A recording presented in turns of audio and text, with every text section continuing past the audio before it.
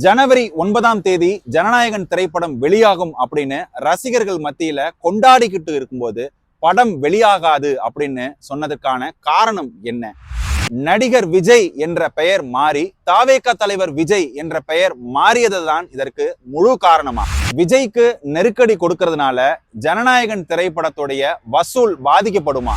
ஜனநாயகனும் அதன் சுற்றி நடக்கும் பிரச்சனைகளை விவரிக்கிறது இந்த தொகுப்பு. கேவிஎன் தயாரிப்புல வினோத் இயக்கத்துல நடிகர் விஜய் நடித்த ஜனநாயகன் திரைப்படம் இன்னைக்கு பெரிய சர்ச்சைக்கு உள்ளாயிருக்கு அப்படின்னு தான் சொல்லணும்.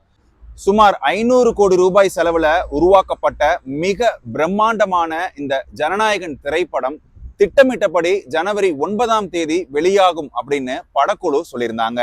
திட்டமிட்டபடி 9 அப்படிங்கிறதுனால தமிழ்நாட்டுல ஒரு சில தியேட்டர்கள்லையும் உலகம் முழுக்க உள்ள பல திரையரங்குகள்ல முன்பதிவு தொடங்கினாங்க. வெளிநாடுகள்ல உள்ள பல திரையரங்குகளிலுமே டிக்கெட்டுகள் முழுமையா விற்று தீர்ந்துருச்சுன்னு தான் சொன்னாங்க. அது போக தமிழ்நாட்டுல ஒரு சில தியேட்டர்கள்ல மட்டும் விற்பனையை தொடங்கினாலும் மற்ற தியேட்டர்கள்ல விற்பனை தொடங்காமலே வச்சிருந்தாங்க.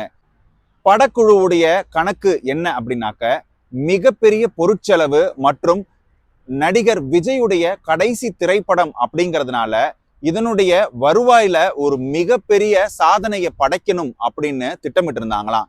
அதன்படி 1000 கோடி ரூபாய்க்கு மேல வருமானம் ஈட்ட வேண்டும் அப்படின்ற ஒரு கோலும் பிக்ஸ் பண்ணி அதுக்காக படக்குழு ஒர்க் பண்ணிருக்காங்க. இன்னும் சொல்ல போனா படம் தொடங்கும் முன்பே படத்துடைய வெளியீட்டு தேதியுமே படக்குழு முன்கூட்டியே அறிவிச்சதுனால எல்லாமே திட்டமிட்டபடி படப்பிடிப்புல இருந்து ப்ரொடக்ஷன் ஒர்க்ல இருந்து எல்லாமே திட்டமிட்டபடி நடந்திருக்கு. அதன் பிறகு இந்த திட்டமிட்ட அனைத்து விஷயங்களுமே சென்சார் தான் தீர்மானிக்கும். அதன்படி படக்குழுவினர் தங்களுடைய முழு படத்தையும் எடிட் செய்து சென்சாருக்கும் சப்மிட் பண்ணிருக்காங்க. கிறிஸ்மஸ்க்கு முன்னதாகவே இந்த படத்தை சென்சாருக்கும் அனுப்பியிருக்கு படக்குழு. இந்த படத்தை சர்டிஃபை பண்றதுக்காக 5 பேர் கொண்ட குழு இந்த திரைப்படத்தை பார்த்திருக்காங்க. அதுல 4 பேர் இந்த படத்தை பார்த்துட்டு ஒரு சில கரெக்ஷன்ஸ் எல்லாம் சொல்லி யூஏ சர்டிபிகேட் கொடுக்கலாம் அப்படின்னு பரிசீலனை பண்றாங்க. அதுல மற்றொரு நபர், அதாவது 5வது நபரா இந்த படத்தை பார்த்தவர், இந்த படத்துல பல திடுக்கிடும் காட்சிகள், அதாவது மத உணர்வுகளை புண்படுத்தும் காட்சிகள், அதுக்கப்புறம் பாதுகாப்பு படையினருடைய சின்னங்கள்லாம் ஒரு தவறான ஒரு விஷயங்கள்ல சித்தரிக்கப்பட்டிருக்கு. அதனால இந்த படத்தை மறுதணிக்கை செய்யணும் அப்படின்னு சொல்லி இந்த படத்தை மறுதணிக்கை செய்ய தலைமை அலுவலகத்திற்கு, அதாவது சென்சார் போர்டு தலைவருக்கு இந்த மேட்டரை எடுத்துட்டு போறாரு. இப்படி இந்த விஷயம் தெரிய வர உடனே படக்குழு என்ன சொல்றாங்கனாக்க, என்னென்ன விஷயங்கள் பண்ணணும் அப்படிங்கிறத சொல்லுங்க, நாங்க அதை சரி செஞ்சிடறோம் அப்படின்னு சொல்றாங்க. டிசம்பர் 24 சரி செய்த காப்பியை சப்மிட் பண்றாங்க. சரி, கிறிஸ்துமஸ் விடுமுறை முடிந்து 10 நாட்கள் நம்ம காத்திருப்போம், அதற்குள்ள ஒரு நல்ல தகவல் வரும் அப்படின்னு சொல்லி பட தயாரிப்பு நிறுவனம் காத்திருந்ததா சொல்றாங்க. ஆனா 10 நாட்கள் ஆகியும் எந்தவித தகவலும் வராதனால சற்று குழப்பமடைந்த தயாரிப்பு நிறுவனம் என்ன பண்றாங்கன்னா, சென்சார் போர்டு கதவை தட்டி, என்னங்க ஆச்சு, நீங்க கரெக்ஷன் சொன்னீங்க, நாங்க கரெக்ஷன் பண்ணியாச்சு, நீங்க சொன்ன எல்லாத்தையும் பண்ணி சப்மிட் பண்ணிட்டோம், ஏன் எங்களுக்கு திரும்ப சென்சார் தரமாட்டேங்கிறீங்க அப்படின்னு சொல்லி கேட்க, அதற்கு இதுல சில விரும்பத்தகாத காட்சிகள்லாம் இருக்கிறதுனால இதை நாங்க சென்சார் போர்டு தலைவருக்கு பரிசீலனைக்கு அனுப்பியிருப்பதாகவும், நீங்க மும்பையில உள்ள அலுவலகத்தை போய் பாருங்க, மும்பையில அதற்கான அதிகாரிகள் இருக்காங்க, அவங்க கிட்ட போய் பேசுங்க அப்படின்னு சொல்லி படக்குழுவினருக்கு ஷாக் கொடுத்திருக்காங்க சென்னை தணிக்கை வாரிய குழுவினர். இதனால கடும் கோபம் அடைந்த தயாரிப்பு நிறுவனம் இந்த மெசேஜை விஜய்க்கு தட்டி விட்டுருக்காங்க. இந்த விஷயத்த எப்படி அணுகணும் அப்படின்னு சொல்லி பலரிடமும் ஆலோசனையும் பெற்றிருக்காரு. இதன் பிறகுதான் பட தயாரிப்பு நிறுவனம் நீதிமன்ற படி ஏறியிருக்காங்க. இந்த வழக்கு சென்னை உயர்நீதிமன்றத்துல நீதிபதி ஆஷா முன்பு விசாரணைக்கு எடுத்துக்கொள்ளப்பட்டுச்சு. எப்படியாவது ஜனவரி 9 திட்டமிட்டபடி படம் ரிலீஸ் ஆகியே ஆகணும் அப்படிங்கிறதுனால நீதிபதி ஆஷா முன்பு இத ஒரு அவசர வழக்கா விசாரிங்க அப்படின்னு சொல்லி ரெக்வஸ்ட் பண்ணிருக்காங்க. இந்த விசாரணையில சென்சார் போர்டு சார்பா சொலிசிட்டர் ஜெனரல் சுந்தரேசன் ஆஜரானாரு. அதே போல கேவிஎன் ப்ரொடக்ஷன் தயாரிப்புல சதீஷ் பராசுரன் அப்படின்றவரு அவங்க சார்பா வாதாட தொடங்கினாங்க. இந்த விவாதம் ரொம்பவே காரசாரமா இருந்துச்சு. இந்த வழக்கு விசாரணையில என்னென்ன வாதங்கள் நடந்துச்சு அப்படிங்கிறத ஒரு சுருக்கமா உங்களுக்கு நான் சொல்றேன். அதாவது இந்த திரைப்படத்துல மத நல்லிணக்கத்திற்கு களங்கம் ஏற்படுத்தும் விதமா சில காட்சிகள் இருப்பதாகவும், பாதுகாப்புத்துறை அதிகாரிகளுடைய ஆலோசனைகளை பெறாம இந்த படத்துல சில சிம்பல்ஸ் தவறான முறையில சித்தரிக்கப்பட்டிருக்கிறதாகவும், இந்த மாதிரியான காட்சிகளோடு இந்த திரைப்படம் வெளியானா சமூகத்துல ஒரு எதிர்மறை தாக்கத்தை ஏற்படுத்தும் அப்படின்னு சொல்லி சுந்தரேசன் தன்னுடைய வாதத்துல முன் வச்சாரு. இந்த திரைப்படத்துல சென்சார் வாரியம் பின்பற்றிய நடைமுறைகள் எல்லாமே சட்டத்துக்கு உட்பட்டு தான் நாங்க செயல்பட்டிருக்கோம்.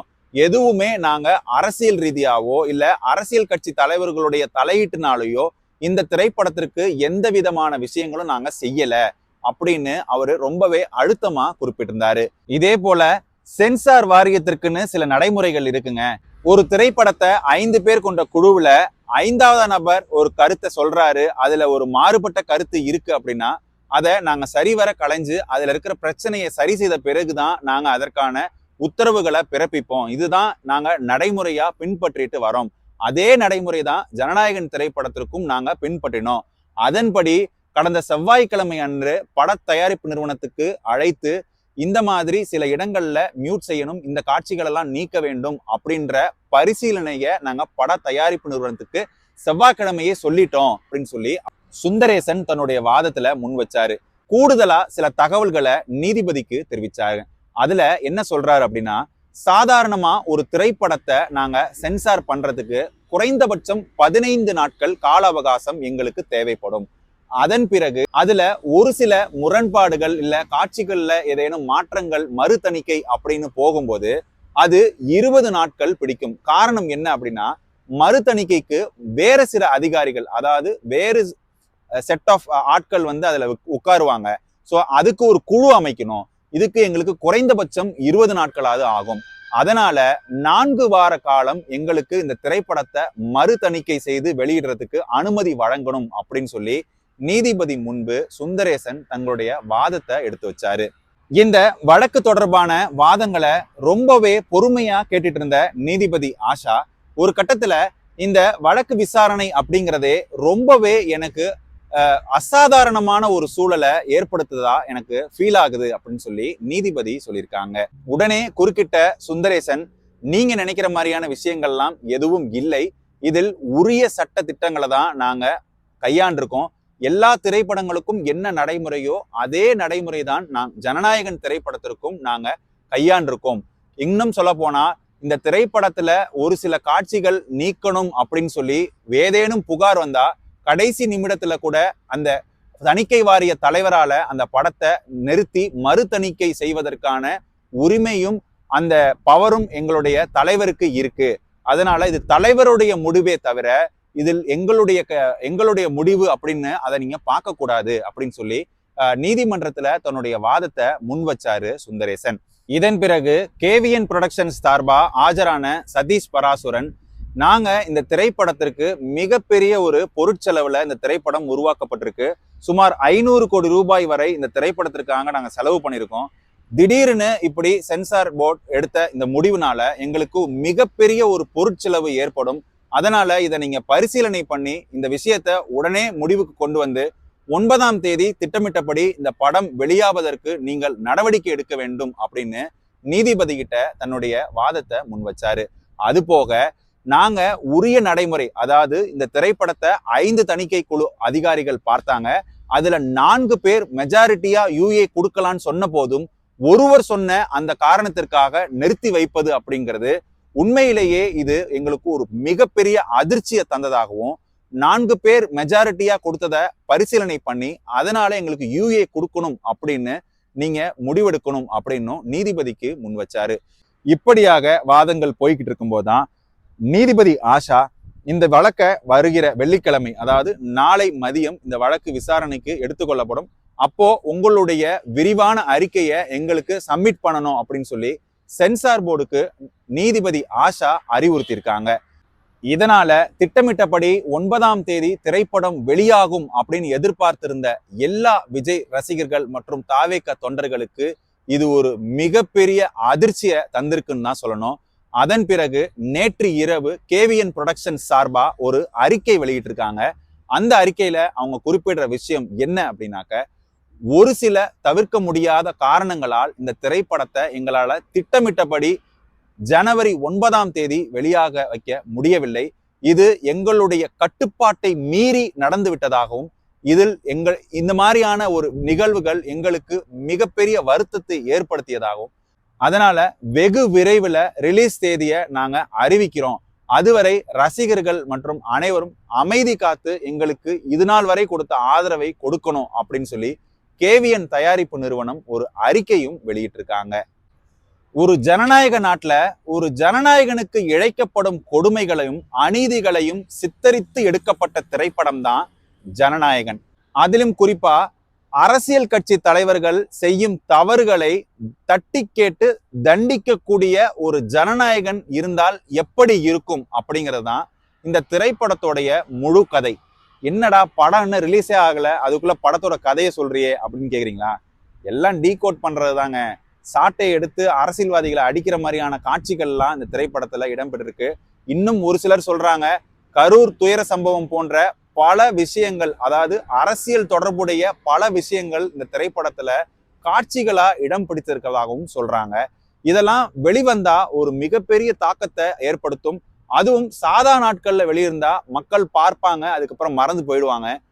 ஏப்ரல் மாசம் சட்டப்பேரவை தேர்தல் நடைபெற உள்ளது.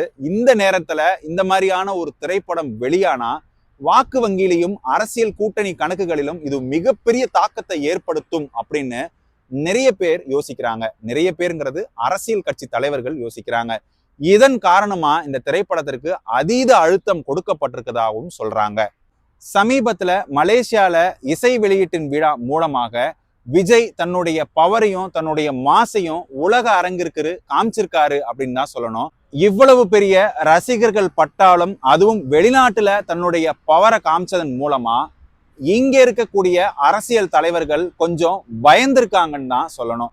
அப்படியான ஒரு அரசியல் கணக்கை விஜய் தொடங்கினதுனாலதான் ஜனநாயகன் திரைப்படம் அரசியல் கட்சி தலைவர்களால பழிவாங்கப்பட்டு தேதி குறிப்பிடாமல் ஒத்திவைக்கப்பட்டிருக்கு அப்படின்னு ஒரு தரப்பினர் வாதம் வைக்கிறாங்க. மறுதரப்பினர் இதற்கும் அரசியலுக்கும் என்னப்பா சம்பந்தம், ஒரு தணிக்கை வாரியம் அவங்களுடைய வேலையை செய்யறாங்க, படத்துல இருக்கிற பிரச்சனையை சரி செய்யுன்னு சொல்றாங்க, அதை செஞ்சுட்டு வேறொரு டேட்ல மாத்தி வச்சுக்கலாமே அப்படின்னு மறுதரப்பு சொல்றாங்க. இப்படியாக விவாதங்கள் நடைபெற்று இருக்கும் போதுதான் நாம இதுல பார்க்க வேண்டிய விஷயம் என்ன அப்படின்னா, இந்த ஜனநாயக நாட்டுல ஒரு ஜனநாயகனுக்கு இழைக்கப்படும் கொடுமைகளும் தீமைகளும், அதுவும் அரசியல் கட்சி தலைவர்களால் இழைக்கப்படும் கொடுமைகளை தட்டி கேட்கிற ஒரு ஜனநாயகன் தான் இந்த திரைப்படத்துடைய ஒட்டுமொத்த கதை அப்படின்னு விஷயம் தெரிஞ்சவங்க சொல்றாங்க. அதனாலதான் அரசியல் கட்சி தலைவர்களும் இதுல ரொம்பவே டிஸ்டர்ப் ஆயிருக்கதாகவும் சொல்றாங்க. எது எப்படியோங்க, திரைப்படம் அப்படிங்கிறது அது ஒரு கலைக்கான ஒரு அடையாளம். திரைப்படத்தை ஒரு கலையா பாருங்க, அதை அரசியல் ஆக்காதீங்க அப்படிங்கிறது தான் வெகுவாரியான மக்களுடைய எதிர்பார்ப்பா இருக்கு. சரி மக்களே, எல்லா பிரச்சனைகளும் கடந்து ஜனநாயகம் படம் வெளிவர நம்மளுடைய வாழ்த்துக்கள். மீண்டும் ஜனநாயகம் படம் பார்த்தது பிறகு அதனோட ரிவ்யூல சந்திப்போம். அதுவரை உங்களிடமிருந்து விடை பெறுவது நான் உங்கள் அபராஜித்தன்.